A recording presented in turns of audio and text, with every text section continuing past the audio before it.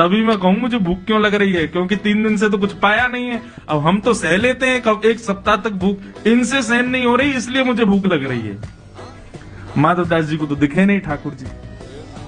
माधवदास जी प्रसाद पा करके बाहर आए, नेत्र बंद करके जगन्नाथ जी का स्मरण किया, बोले जय जय, मैंने मना करी ना, आप मत चलिए, आपसे भूख सहन नहीं होगी, आप आ गए।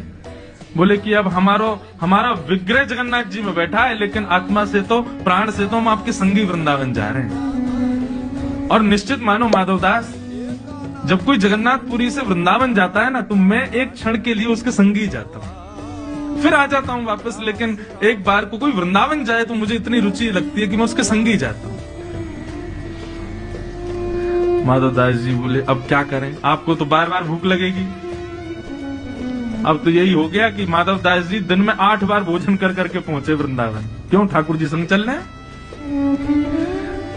वृंदावन पहुंचे, अब तो माधवदास जी की स्थिति ये कि उनको थोड़ी में देर में ही भूख लगे, आप परेशान हो गए। बोले काय को चले आए आप संग में, नेक देर चलता नहीं हूं, कितने में भूख लगाती, जहां बैठे बैठे भूख लगे आती ठाकुर जी को, चलते होंगे तो और पच जाता होगा भोजन, और भूख लगती होगी।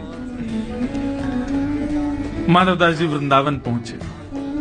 अब नियम तो वैष्णव का ये कि वृंदावन जाते ही वैष्णव मंदिरों का दर्शन करते हैं, लेकिन माधवदास जी को इतनी भूख लगी कि यमुना जी के तट पर पहुंचे, यमुना जी में स्नान किया, तुरंत कहीं से चने लाए और चने ला करके रूखे चने ही खा लिए। क्या करें, भूख मिटाएं कैसे भी,